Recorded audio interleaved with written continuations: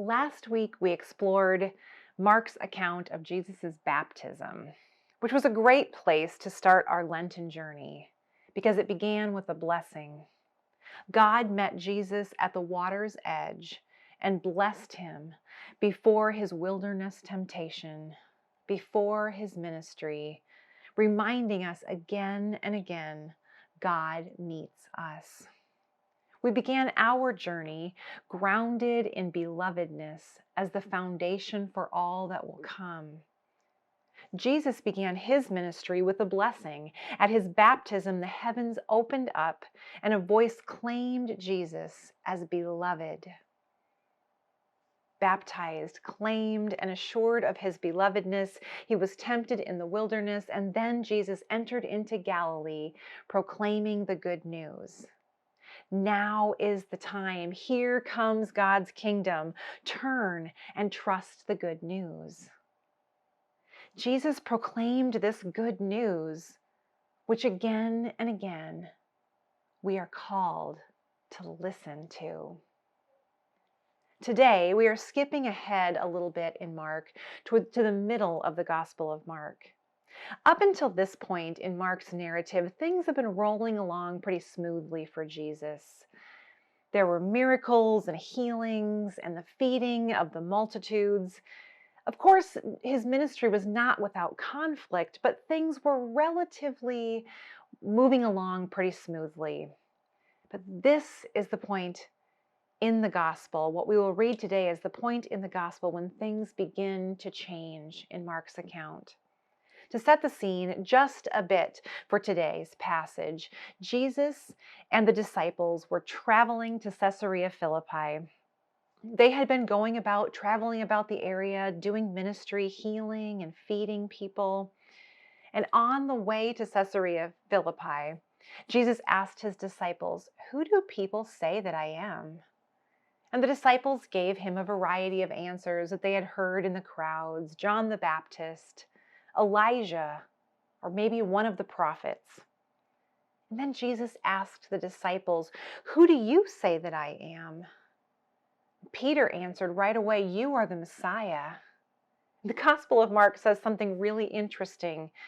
It says that Jesus sternly ordered them not to tell anyone about him.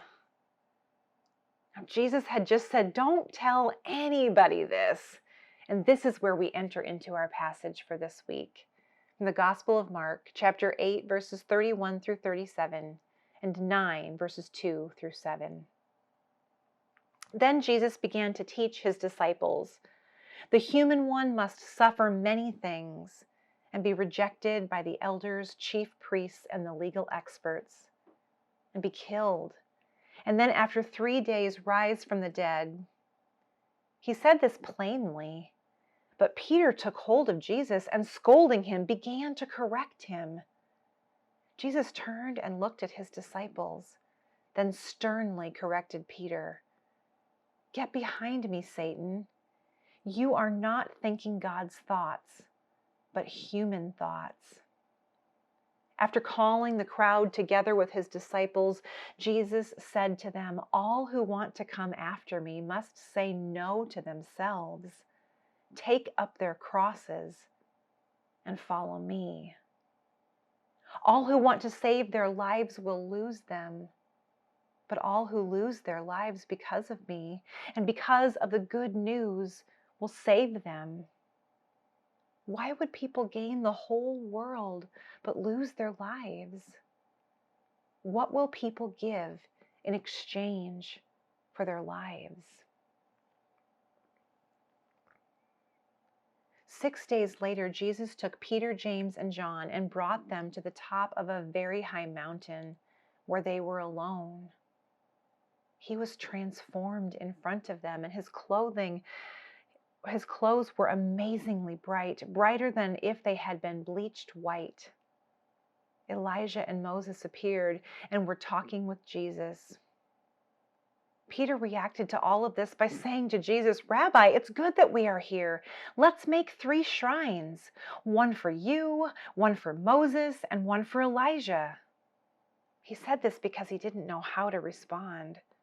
for the three of them were terrified. Then a cloud overshadowed them, and a voice spoke from the cloud. "This is my son, my beloved. Listen to him." Suddenly, looking around, they no longer saw anyone with them except Jesus. Wow. Again, Mark packs a lot into this passage. This week, again, a voice from the cloud claims Jesus and calls him beloved. At the baptism, the voice said, "In him I am well pleased." But now the voice implores the terrified disciples, Peter, James, and John, listen to him. And from the preceding interactions, it seems the disciples needed to be reminded, and so do we. Again and again, we are called to listen. Peter didn't want to listen. He didn't want to hear the hard truth that Jesus was sharing with them. Jesus was just sharing the cold, hard truth of what he saw as an inevitable consequence of his message and ministry. What do you think empires do to those who proclaim and promote other empires from within their boundaries? Remember the good news from last week? When Jesus calls people to metanoia, to turn, Jesus was encouraging people to turn away from the Roman Empire and to orient themselves toward the kingdom of God. Now, Rome is not going to take this lying down. As the popularity of this revolutionary message began to take hold, so did the opposition of the powerful.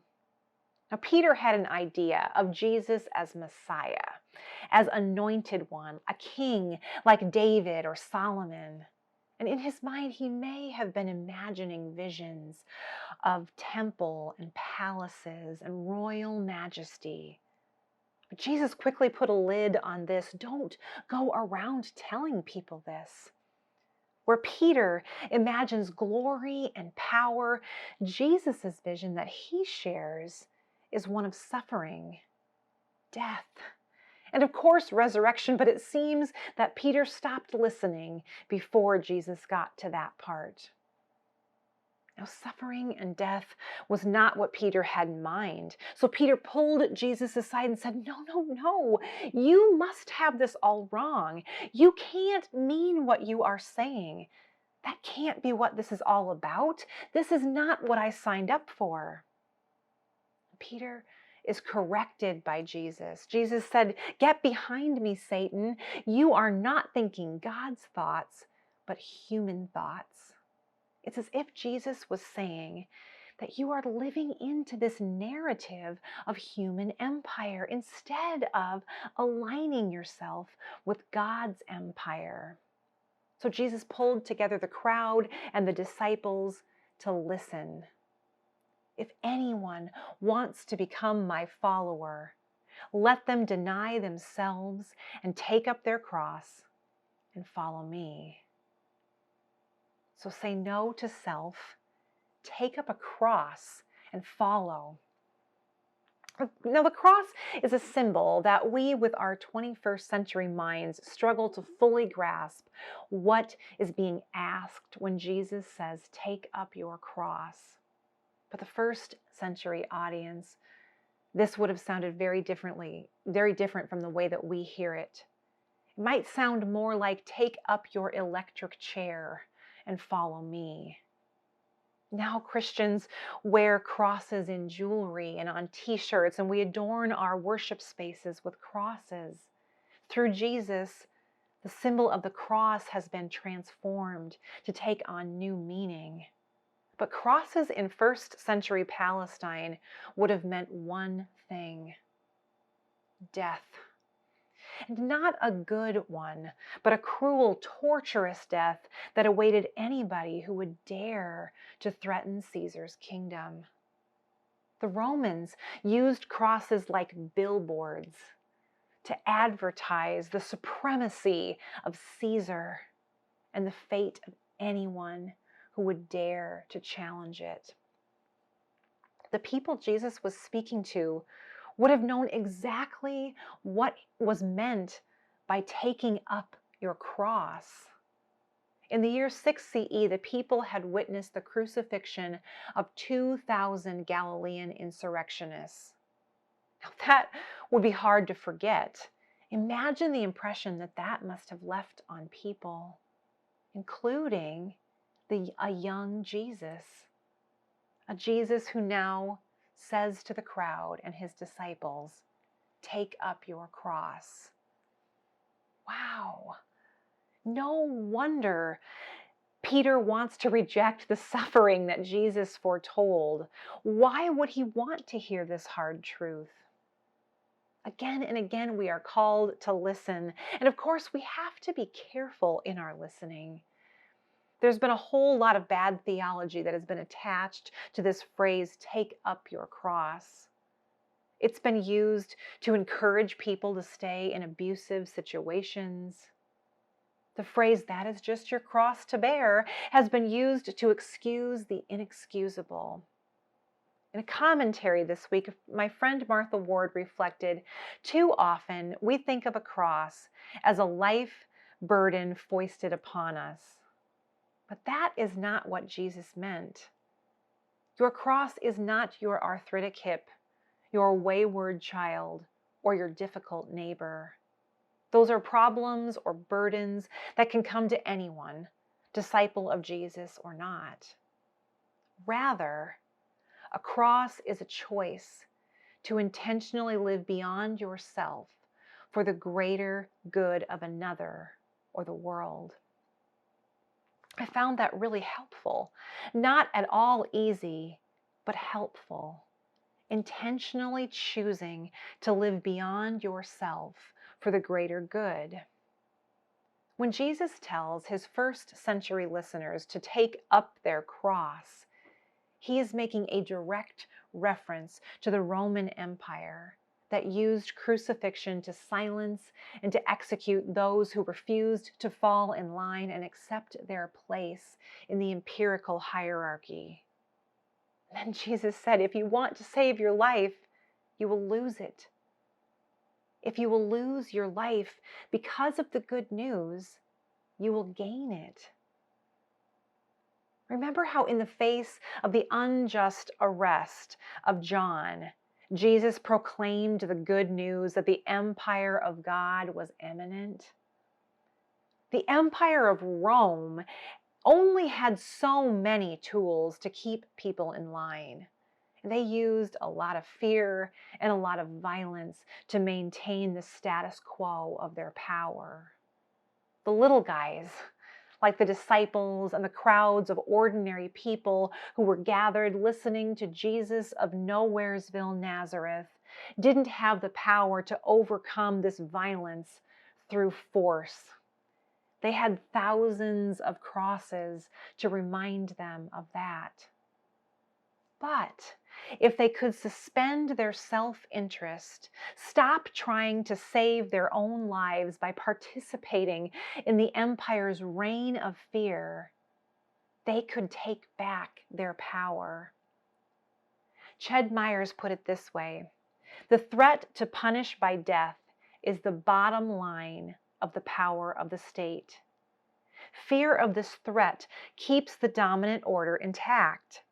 By resisting this fear and pursuing kingdom practice, even at the cost of death, the disciple contributes to shattering the power's reign of death in history.